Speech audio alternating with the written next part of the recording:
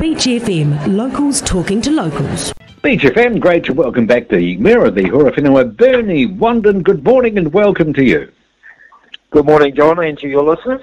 You've had a couple of good scores recently in terms of securing central government money.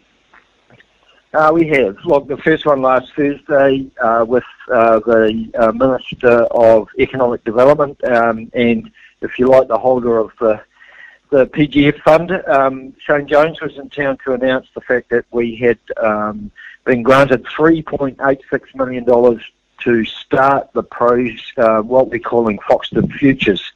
So it's basically the regeneration of the river around Te Awahou and its environs, where we'll see some planting, some boardwalks, and a great improvement for the whole amenity, if you like. Look, it's only a start. And the ultimate goal is to cut through the loop so that the river actually flows right through, and that's probably a long-term thing, and we'll need a lot more money. But this is phase one, and we're delighted that we're going to be able to kick the project off. The loop was almost closed off for flood protection purposes, wasn't it?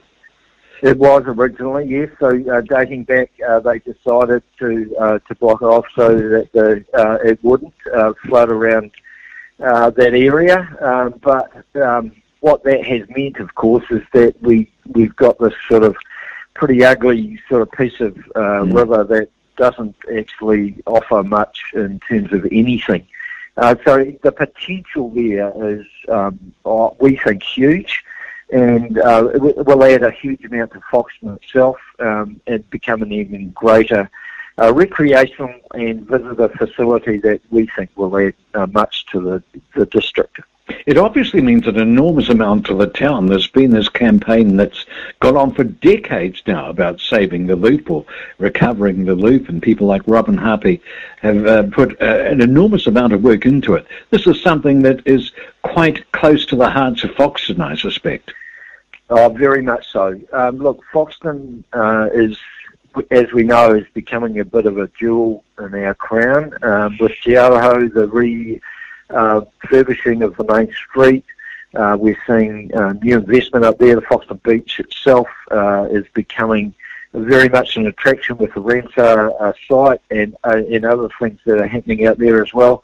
And the reality is that in a few years' time, when the expressway is finished, Foxton will be literally the first town that traffic will hit. So I think it's got a great future. Oh, I'm certain about that. I absolutely admire Foxton and the way they've worked away and refused to lie down and created an extraordinary community.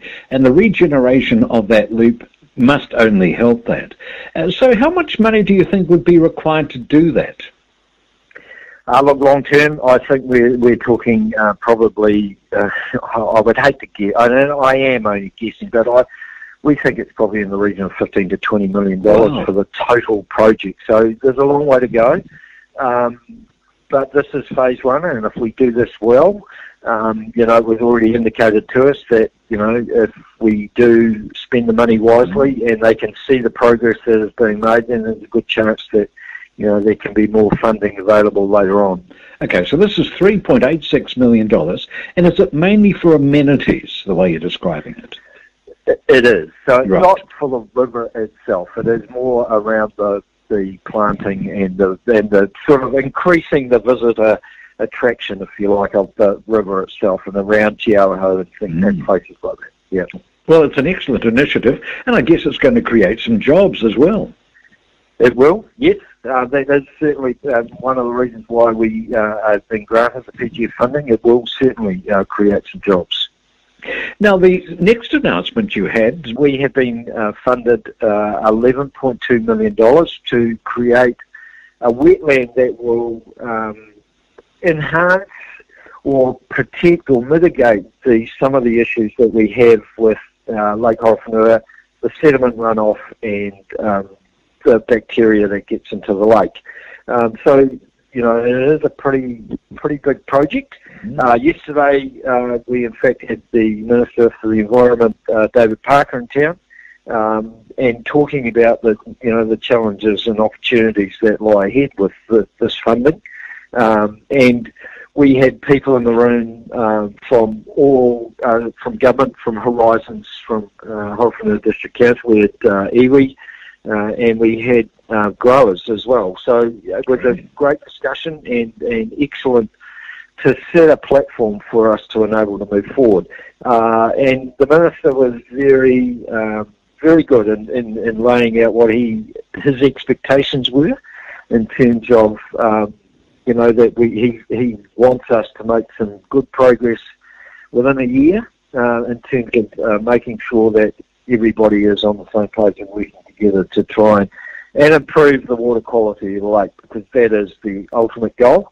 It's going to take a while again, and there's quite a bit of work that needs obviously to be done in the design and the consenting part of that wetland, but and some big issues around what we do with dairying and growing around that area. But the signs are there that we could get a long way down the track. Wow.